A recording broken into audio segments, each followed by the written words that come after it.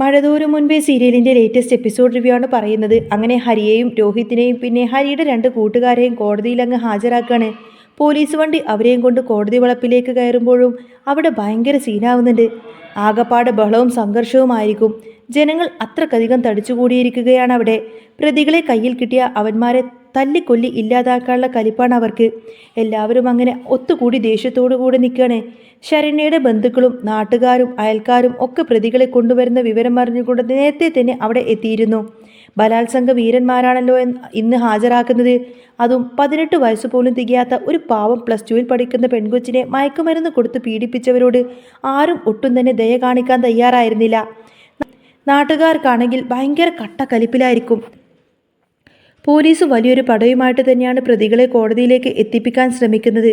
സ്റ്റേഷനിൽ വെച്ച് തന്നെ രാജീവനും ശിവശങ്കരനും ഇവരെ കൊണ്ടുവരുന്നത് കണ്ടിട്ടുണ്ടായിരുന്നു.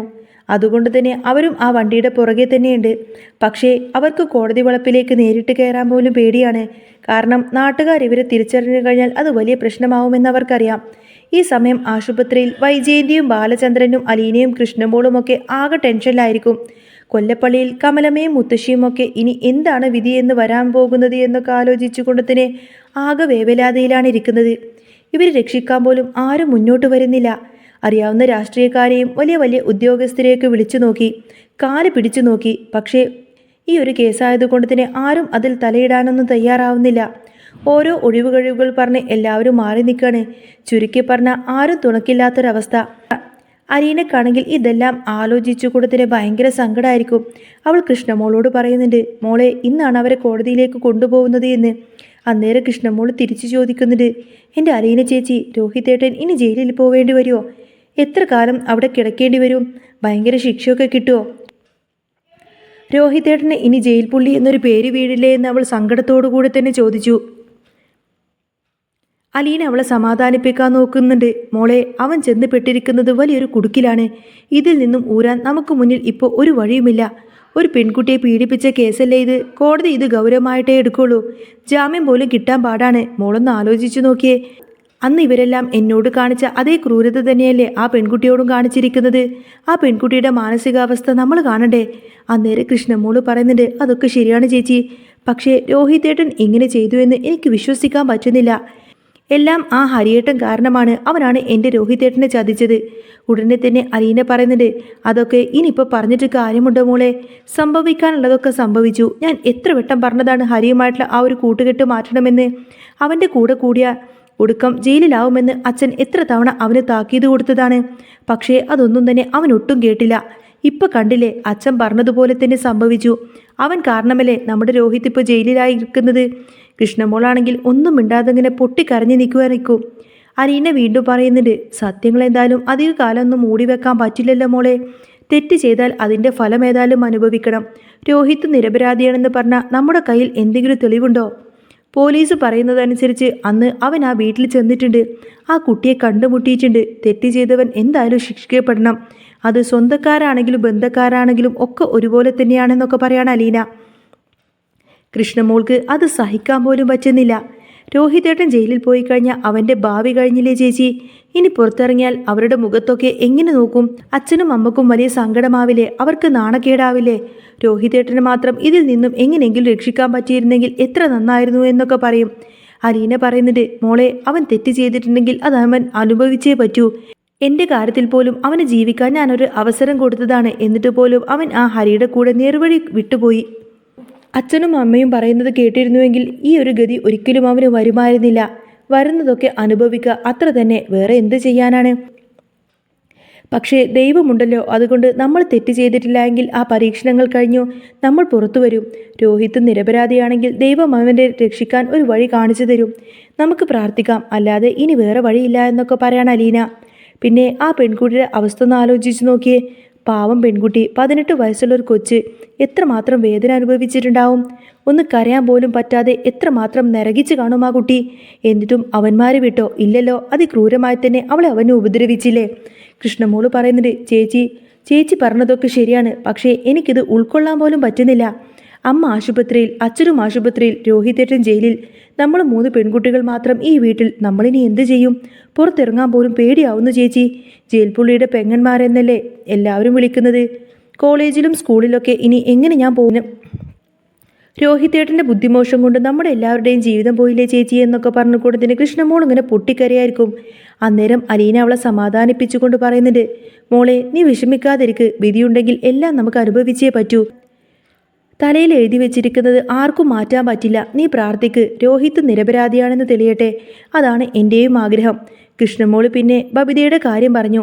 ഈ വീട്ടിൽ ഇത്രയൊക്കെ കാര്യങ്ങളൊക്കെ നടന്നിട്ടും ബബിത ചേച്ചിക്ക് ഒരു കുലുക്കവുമില്ല. റൂമിൽ കയറി ഇരുന്നിട്ട് ആ ഒരു മുടിയനെ വിളിച്ചിട്ട് കൊഞ്ചിക്കൊണ്ടിരിക്കുകയാണ്. ആ ഫോൺ എടുത്തിട്ട് എറിഞ്ഞങ്ങ് പൊട്ടിക്കാൻ തോന്നുന്നുണ്ട് എന്നൊക്കെ പറഞ്ഞ് കൃഷ്ണമോള് ദേഷ്യപ്പെടും. അന്നേരം അലീന പറയുന്നുണ്ട്, അവളോട് പറയാവുന്നതിൻ്റെ മാക്സിമം ഞാൻ പറഞ്ഞു കഴിഞ്ഞു, പക്ഷേ അവൾ കേൾക്കുന്നില്ല. ചുറ്റും ചതിക്കുഴികളാണ് മോളെ, കണ്ണടച്ച് ആരെയും വിശ്വസിക്കരുത് എന്ന് പറഞ്ഞാലും അവൾക്ക് മനസ്സിലാവുന്നില്ലല്ലോ. ഇപ്പോൾ കൊഞ്ചിക്കൊഴിഞ്ഞ് നിൽക്കുന്നവന്മാർ ആവശ്യം കഴിഞ്ഞാൽ പൊടി തട്ടി അങ്ങ് പോവും. രോഹിത്തിനോട് ഹരിയുടെ കൂടെ ഉണ്ടായെന്ന് എത്ര പ്രാവശ്യം പറഞ്ഞതാ, എന്നിട്ട് അവൻ കേട്ടില്ലല്ലോ. ഇപ്പോൾ ഹരിയുടെ സ്വഭാവം ബബിതക്കും പിടികിട്ടി തുടങ്ങുന്നതേ ഉള്ളൂ. സ്വന്തം മോളെ പോലെ കാണേണ്ട പെൺകുട്ടിയുടെ വീഡിയോ എടുത്തുകൊണ്ട് തന്നെ ബ്ലാക്ക്മെയിൽ ചെയ്യുന്നവരാണ് ഹരി. ബബിതക്കും പണി കിട്ടുമ്പോഴേ പഠിക്കുള്ളൂ. കൃഷ്ണമോൾ പറയുന്നുണ്ട്, അച്ഛൻ വരട്ടെ, ബബിത ചേച്ചിയുടെ ഈ ഒരു കാര്യങ്ങളൊക്കെ ഞാനൊന്ന് പറഞ്ഞു കൊടുക്കുന്നുണ്ട്. ഇനി അവളും കൂടി ഒരു കുഴിയിൽ ചെന്ന് വീണാൽ അത് അച്ഛന് താങ്ങാൻ പറ്റില്ല. അലീനയും അത് സമ്മതിച്ചു. അവളും അമനും തമ്മിലുള്ള ആ ഒരു ബന്ധം അവസാനിച്ചേ പറ്റൂ, അല്ലെങ്കിൽ പിന്നെ ഈ കുടുംബത്തിന് വീണ്ടും ഒരു നാണക്കേടുണ്ടാവും. അതേസമയം ആശുപത്രിയിലാണെങ്കിൽ ബാലചന്ദ്രൻ ഭയങ്കര ടെൻഷനിലായിരിക്കും. ഗോവർദ്ധനൻ വന്ന് പ്രതികളെ ഹാജരാക്കുന്ന വിവരമെല്ലാം പറഞ്ഞു. രോഹിത്തിന് വേണ്ടി വാദിക്കാൻ ഗോവർദ്ധനൻ ഒരു വക്കീലിനെ ഏർപ്പാടാക്കുന്നുണ്ട്. ജാമ്യം കിട്ടില്ല എന്നറിയാം, എന്നാലും റിമാൻഡ് കാലാവധി കഴിഞ്ഞ് പുറത്തിറങ്ങാൻ ഒരു വഴി വേണമല്ലോ. അലീന പറഞ്ഞത് ബാലചന്ദ്രൻ്റെ മനസ്സിലുണ്ടായിരുന്നു. ആ പെൺകുട്ടിയുടെ മാനസികാവസ്ഥ ഒന്ന് കാണണമെന്ന്. ആ പെൺകുട്ടിയെ കൂടി കണക്കിലെടുത്തുകൊണ്ടാണ് പുള്ളി തീരുമാനങ്ങളൊക്കെ എടുക്കുന്നത്. അങ്ങനെ പ്രതികളെയൊക്കെ കോടതി മുറിയിലേക്ക് എത്തിച്ചു. ശരണ്യയുടെ വക്കീല് പറയുന്നുണ്ട്, പ്രതികൾ 4 പേരും ചേർന്നുകൊണ്ടാണ് മയക്കുമരുന്ന് നൽകി പെൺകുട്ടിയെ ബലാത്സംഗം ചെയ്തത് എന്ന്. അതുകൊണ്ട് കഠിന ശിക്ഷ തന്നെ നൽകണം. പോലീസ് റിപ്പോർട്ടുകളും ലാബ് റിപ്പോർട്ടുകളും ഫോറൻസിക് തെളിവുകളും എല്ലാം തന്നെ കോടതിക്ക് മുന്നിലെത്തിയിട്ടുണ്ട്. 4 പേരും ഇതിൽ കുറ്റക്കാരാണ് എന്ന കാര്യം ജഡ്ജിക്ക് ബോധ്യപ്പെട്ടു. ജാമ്യം നിഷേധിച്ചു. രോഹിത്തിൻ്റെ വക്കീൽ സംസാരിച്ചുവെങ്കിലും വലിയ കാര്യമൊന്നും തന്നെ ഉണ്ടായില്ല. അങ്ങനെ എല്ലാവരെയും 1 മാസത്തേക്ക് സബ് ജയിലിലേക്ക് റിമാൻഡ് ചെയ്തു. വിചാരണക്കും പെൺകുട്ടിയൊന്ന് ഭേദമാകും വേണ്ടിയിട്ടാണ് ഈ ഒരു സമയം അവർക്ക് നൽകിയത്. ശിക്ഷ അപ്പോൾ വിധിക്കും. ശിവേട്ടനും രാജീവിനും ശരണ്യെ സ്വാധീനിച്ചുകൊണ്ട് തന്നെ നഷ്ടപരിഹാരം നൽകിയിട്ട് കേസ് ഒതുക്കാൻ വേണ്ടിയിട്ട് പ്ലാൻ ഇടുന്നുണ്ട്. പോലീസിൻ്റെ അകമ്പടിയോടുകൂടെ തന്നെ പ്രതികളെ കൊണ്ടുപോകുമ്പോൾ അവർ ശിവശങ്കറിനെയും രാജീവിനെയും ദയനീയമായി തന്നെ നോക്കുന്നുണ്ടായിരുന്നു. പോലീസുകാർ ഇവരെയൊന്നും വിടാൻ ഉദ്ദേശിച്ചിട്ടില്ല. മാക്സിമം ശിക്ഷ തന്നെ മേടിച്ചു കൊടുക്കാനാണ് സിഐയുടെ തീരുമാനം. ശിവശങ്കറിൻ്റെയും രാജീവിൻ്റെയും ഓഫറുകൾ പുള്ളി അങ്ങ് തള്ളിക്കളഞ്ഞു. ഇവർ ശരണ്യയെ കണ്ടിട്ട് മൊഴി മാറ്റാൻ പറയുമെന്ന് സിഐ നേരത്തെ കണ്ടു. സിഐ നേരിട്ട് ശരണ്യയെ കണ്ടിട്ട് കാര്യങ്ങളൊക്കെ പറഞ്ഞു. മോളെ, നിന്നെ പീഡിപ്പിച്ചവരുടെ വീട്ടുകാർ വന്നിട്ട് പൈസ നിനക്ക് ഓഫർ ചെയ്യും. പക്ഷേ നീ ഒരിക്കലും അവന്മാർക്കെതിരെ മൊഴി മാറ്റി പറയരുത്. തെമ്മാടികൾക്ക് ശിക്ഷ കിട്ടണം. ശരണ്യം ആ ഒരു കാര്യത്തിൽ തന്നെ ഉറച്ചു നിന്നു. നാട്ടുകാരും കോളനിയിലുള്ളവരും ശിവശങ്കരനെയും രാജീവിനെയൊക്കെ തല്ലാൻ ഒതുങ്ങി നിൽക്കുകയാണ്. അലീനയോട് അവർ കാല് പിടിച്ച് പറയുന്നുണ്ട് ശരണ്യെ ഒന്ന് പോയി കണ്ട് കാര്യങ്ങളൊക്കെ പറഞ്ഞ് മനസ്സിലാക്കാൻ. അലീന ആദ്യം വിസമ്മതിച്ചുവെങ്കിലും പിന്നെ എല്ലാവരുടെയും നിർബന്ധത്തിന് വഴങ്ങി ശരണ്യെ കാണാൻ വേണ്ടിയിട്ട് പോവാണ് അലീന. നാട്ടുകാർ അവളെയും കയ്യേറ്റം ചെയ്യാൻ തുടങ്ങി. എങ്കിലും അവളൊന്നും പിന്മാറിയില്ല. ഒടുവിൽ ശരണ്യയോട് സംസാരിക്കുമ്പോഴാണ് രോഹിത് അവളെ ഉപദ്രവിച്ചിട്ടില്ല എന്ന കാര്യം അലീനയ്ക്ക് മനസ്സിലായത്. ബാക്കി 3 പേരെയാണ് ആ ഒരു ക്രൂരത കാണിച്ചിരിക്കുന്നത്. അലീന ഇത് വീട്ടുകാരെ അറിയിച്ചു. പക്ഷേ ഹരിയോട് ക്ഷമിക്കാൻ ശരണ്യ ഒരിക്കലും തയ്യാറായിരുന്നില്ല. അവനെ ഞാൻ ഒരുപാടധികം സ്നേഹിച്ചതാണ്, എന്നിട്ട് പോലും അവൻ എന്നെ അവൻ്റെ കൂട്ടുകാർക്ക് പോലും വലിച്ചെറിഞ്ഞു കൊടുത്തു. അവന് മാക്സിമം ശിക്ഷ കിട്ടിയേ തീരൂ എന്ന് ശരണ്യെ ഉറപ്പിച്ചു പറഞ്ഞു. രോഹിത് നിരപരാധിയാണ് എന്ന് ഉറപ്പായതോടുകൂടി തന്നെ ബാലചന്ദ്രൻ തൻ്റെ പിടിപാടുകൾ ഉപയോഗിച്ചുകൊണ്ട് തന്നെ അവനെ പുറത്തിറക്കാൻ വേണ്ടിയിട്ട് ശ്രമം തുടങ്ങുകയാണ്. രോഹിത് സബ് ജയിലിലെ ആ ഇരുണ്ട മുറിയിൽ കഴിഞ്ഞുകൊണ്ടതിന് കഴിഞ്ഞ 30 ദിവസങ്ങൾ അവൻ്റെ ജീവിതത്തിലെ ഏറ്റവും വലിയ പാഠമായിരുന്നു. ഹരിയുടെയും മറ്റു കൂട്ടുകാരുടെയും യഥാർത്ഥ മുഖം അവിടെ വെച്ചുകൊണ്ടാണ് രോഹിത് തിരിച്ചറിഞ്ഞത്. ജയിലിനുള്ളിൽ വെച്ചുകൊണ്ട് തന്നെ ഹരി രോഹിത്തിനെ ഭീഷണിപ്പെടുത്താൻ നോക്കി. നീ മാത്രം അങ്ങ് പുറത്തിറങ്ങാനൊന്നും നോക്കണ്ട, നമ്മൾ ഒരുമിച്ച് മാത്രമേ ഇതിൽ നിന്നും രക്ഷപ്പെടുള്ളൂ, അല്ലെങ്കിൽ പിന്നെ എല്ലാവരും കൂടി അകത്ത് കിടക്കുമെന്നായിരുന്നു ഹരിയുടെ നിലപാട്. എന്നാൽ അലീന പുറത്ത് ശരണ്യമായിട്ട് നിരന്തരം സംസാരിച്ചു കൊണ്ടേയിരുന്നു. ശരണ്യയുടെ വീട്ടിലെ ദാരിദ്ര്യവും അവളെ തകർത്ത സ്വപ്നങ്ങളും എല്ലാം കണ്ടപ്പോൾ അലീനക്ക് സങ്കടം സഹിക്കാനായില്ല. അലീന ശരണ്യയോട് പറയുന്നുണ്ട്, മോളെ, സത്യം പറയുന്നതാണ് നിനക്ക് നല്ലത്. നിന്നെ തൊടാത്ത ഒരാളെ കൂടി നീ ഈ കേസിലേക്ക് ഉൾപ്പെടുത്തി കഴിഞ്ഞാൽ നിനക്ക് പിന്നെ കിട്ടേണ്ട നീതി മങ്ങലേൽക്കുമെന്ന് പറയും. ഒടുവിൽ കോടതി വിചാരണയുടെ ദിവസമെത്തി. അപ്രതീക്ഷിതമായി ശരണ്യ കോടതിയിൽ വെച്ച് രോഹിത്തിനെ നോക്കി വിതുമ്പി. അവൾ ജഡ്ജിക്ക് മുന്നിൽ സത്യം വെളിപ്പെടുത്തി. സർ, അന്ന് ആ വീട്ടിൽ രോഹിത് ഉണ്ടായിരുന്നു എന്നത് സത്യം തന്നെയാണ്. പക്ഷേ അയാൾ എന്നെ തൊട്ടിട്ട് പോലുമില്ല. ബാക്കിയുള്ളവരെല്ലാവരും എന്നെ ഉപദ്രവിക്കുമ്പോൾ അയാൾ മദ്യലഹരിയിൽ അങ്ങ് തളർന്നു വീഴുകയായിരുന്നു. ബോധം വന്നപ്പോൾ അയാൾ അവിടെ നിന്നും എന്നെ രക്ഷിക്കാൻ നോക്കി. പക്ഷേ ഹരിയും മറ്റുള്ളവരും ചേർന്ന് കൂടത്തിന് അയാളെ തടഞ്ഞു. ശരണ്യയുടെ ഈ ഒരു വെളിപ്പെടുത്തുകൾ കോടതി മുറിയിൽ വലിയ നിശബ്ദതയുണ്ടാക്കി.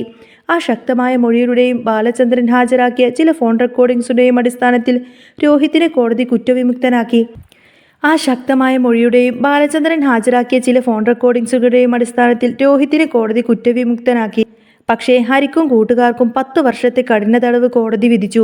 ജയിൽ മോചിതനായി പുറത്തേക്കിറങ്ങിയ രോഹിത്തിനെ സ്വീകരിക്കാൻ അലീനയും കൃഷ്ണമോളും എത്തിയിരുന്നു. രോഹിത്ത് കരഞ്ഞുകൊണ്ട് അലീനയുടെ കാലിക്കൽ വീണു. ചേച്ചി, എനിക്ക് വഴി തെറ്റിയതായിരുന്നു. ഹരിയെ വിശ്വസിച്ചത് തൻ്റെ ജീവിതത്തിലെ ഏറ്റവും വലിയ തെറ്റായി പോയി എന്ന് അവൻ ഏങ്ങിക്കൊണ്ട് കരഞ്ഞുകൊണ്ട് പറഞ്ഞു. നാട്ടിലേക്ക് മടങ്ങിയെത്തിയ രോഹിത്തിന് പഴയതുപോലെ പുറത്തിറങ്ങി നടക്കാൻ പോലും ആദ്യം മടിയായിരുന്നു. പക്ഷേ അലീനയുടെ നിർബന്ധപ്രകാരം അവൻ ശരണ്യയുടെ വീട്ടിലേക്ക് പോയി അവളോട് മാപ്പ് ചോദിക്കുകയും അവൾക്ക് ഉപരിപഠനത്തിനുള്ള എല്ലാ സഹായങ്ങളും നൽകാമെന്ന് ഏൽക്കുകയും ചെയ്തു. ഇതേസമയം ബബിതയുടെ കാര്യത്തിലും ഒരു മാറ്റം വന്നു. ഹരിയുടെ യഥാർത്ഥ സ്വഭാവം കോടതിയിൽ തെളിഞ്ഞതോടുകൂടി തന്നെ അവൾ ആകെ തകർന്നു പോയിരുന്നു. അമൽ എന്ന മുടിയനെയും ഹരിയുടെ അതേ സ്വഭാവക്കാരനാണെന്ന് അലീന തെളിവ് സഹിതം തന്നെ ബബിതയ്ക്ക് കാണിച്ചു കൊടുക്കുന്നതോടുകൂടി തന്നെ ബബിത ആ ബന്ധം പൂർണ്ണമായിട്ടങ്ങ് ഉപേക്ഷിച്ചു. അവൾ സ്വന്തം റൂമിൽ നിന്നും പുറത്തിറങ്ങി അലീനയെ പോയിട്ട് കെട്ടിപ്പിടിച്ചുകൊണ്ട് കരഞ്ഞു.